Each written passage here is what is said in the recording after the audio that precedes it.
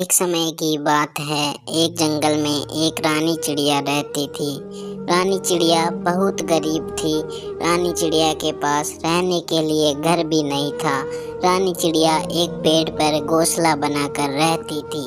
रानी चिड़िया के पास बस एक खेत था। अरे मैं कब तक ऐसे ही गरीब रहूंगी? अभी तक तो मैंने एक रहने के लिए अच्छा घर भी नहीं बनाया है और ना ही मुझे कोई काम मिलता है। मैं क्या करूं? अरे हाँ, मेरे पास एक छोटा सा खेत है। अगर मैं उसमें बादाम की खेती करना चालू कर दूं तो मैं बहुत सारे पैसे कमा सकती हूँ, क्योंकि इस जंगल में कोई भी बादाम की खेती नहीं करता है। बादाम लाने के लिए दूसरे जंगल में ही जाना पड़ता है। फिर रानी चिड़िया अपने खेत में बादाम की खेती करके बादाम बेचकर बहुत सारे पैसे कमाने के बारे में सोचती है। फिर रानी चिड़िया अगले दिन ही बाजार से बादाम लाकर अपने खेत में बादाम बोना चालू कर देती है। अरे मैंने मेरे खेत में बादाम तो बो दिए हैं, बस अब बारिश आ जाए तो मेरे खेत में बादाम के पेड़ उगाए। फिर रानी चिड़िया अपने घर पर आ जाती है और बारिश का इंतजार करने लगती है। फिर उस जंगल में थोड़ी देर में बारिश का मौसम होने लगता है और थोड़ी देर में बारिश आना शुरू हो जाती है। अरे वाह, आज तो मेरे जंगल में बारिश भी आ गई। अब तो मेरे बादाम के पेड़ उगाएंगे। मैं कल ही खेत में जाकर देखती हूँ। फिर अगले दिन रानी चिड़िया अपने खेत में जाकर देखती है तो रानी चिड़िया के खेत में बादाम के पेड़ उगाए थे और उनके बादाम लगना शुरू हो गए थे। अरे वाह, मेरे खेत में तो बादाम के पेड़ उगाए और इनके बादाम लगना भी शुरू हो गए। एक दो दिन में सारे बादाम पक जाएंगे, फिर मैं इन्हें तोड़कर दूसरे जंगल में ले जाकर बेचूंगी। फिर रानी चिड़िया अपने घर आ जाती है और घर आकर सोचती है, अरे अब मैं भी गरीब नहीं रहूंगी। एक दो दिन में बादाम पकते ही मैं उन्हें तोड़कर बेच आऊंगी और बहुत अमीर बन जाऊंगी। फिर रानी चिड़िया अपने खेत में आकर देखती है तो उसके बादाम के पेड़ों के बहुत कम बादाम लगे हुए थे। अरे कल तो मेरे बादाम के पेड़ों के बहुत सारे बादाम लगे हुए थे और आज इतने कम बादाम क्यों हैं? लगता है किसी ने मेरे बादाम चुरा लिए हैं। अरे कोई बात नहीं है, जिसने भी मेरे बादाम चुराए हैं वो जरूर आज भी बादाम चुराने आएगा।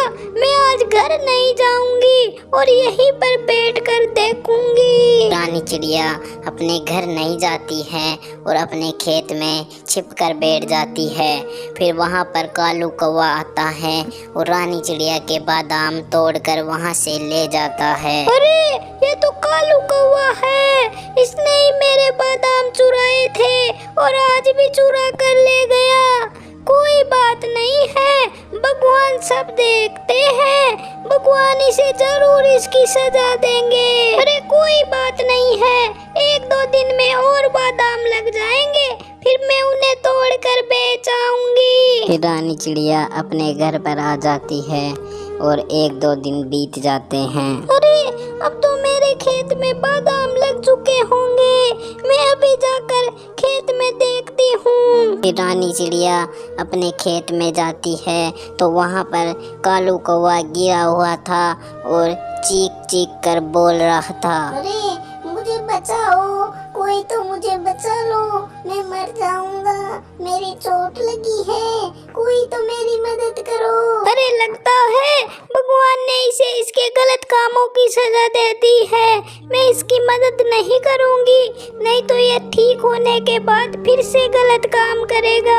रानी चिड़िया कालू कौवा की मदद नहीं करती है और कालू कौवा वहीं पर मर जाता है। रानी चिड़िया के खेत में बादाम के पेड़ों के बहुत सारे बादाम लग चुके थे। फिर रानी चिड़िया सारे बादामों को तोड़कर दूसरे जंगल में ले जाकर बेचने लगती है। फिर रानी चिड़िया के बादाम बहुत ज़्यादा बिकते हैं। फिर रानी चिड़िया धीरे धीरे बहुत पैसे कमाने लगती है और एक दिन बहुत अमीर बन जाती है।